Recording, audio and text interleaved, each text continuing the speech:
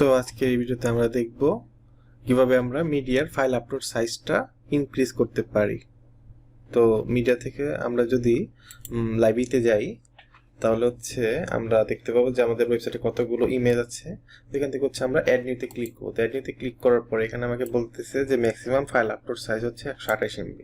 তো আমার তো ওয়েবসাইটে সবসময় 128 MB ফাইল থাকবে, অনেক সময় 200 MB হতে পারে বা 300 MB হতে পারে বা 500 MB হতে পারে। তো এটার জন্য আমাদের এই মিডিয়ার যেই ম্যাক্সিমাম ফাইল আপলোড সাইজটা আছে সেটাকে আমরা ইনক্রিজ করতে হবে। তা না হলে আমি যে বড় সাইজের বা বিগ ফাইলগুলো আছে সেগুলো আমি এখানে আপলোড করতে পারবো না। তো সেটা করার জন্য প্লাগইনস থেকে অ্যাড নিতে যাব। তো অ্যাড নিতে যাওয়ার পর এখানে সার্চে আমরা লিখব ইনক্রিজ।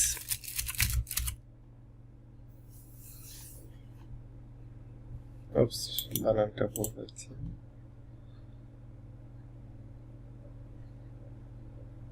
তো ইনক্রিজ লেখার পরে এখানে big file upload increase maximum file upload সাইজে এই প্লাগইনটা আমরা ইনস্টল করব। তো সেজন্য ইনস্টল নামে ক্লিক করব।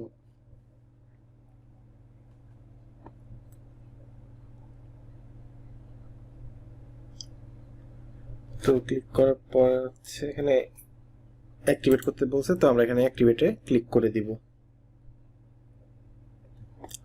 তো অ্যাক্টিভেট করার পরে আমাদের এই অপশনটা চলে আসছে। তো বেসিক্যালি এই প্লাগইনসের অপশনগুলো বেসিক্যালি সেটিংস বা টুলসের মধ্যে বেশি আসে। তো আপনি একটু খুঁজে নেবেন আপনি যে প্লাগইনটি ইউজ করছেন বা ইনস্টল করছেন সেটা কোথায় আসছে, তো সেটা একটু আপনি দেখে নেবেন। তো এখানে বলতেছে যে অল ইউজারের জন্য 128 MB দেওয়া আছে। তো আমি এইখানে জিবি দিয়ে আমি ইনক্রিজ করতে পারবো। যেমন আমি যদি এখানে লিখি 5, তাহলে 5 GB হয়ে গেল।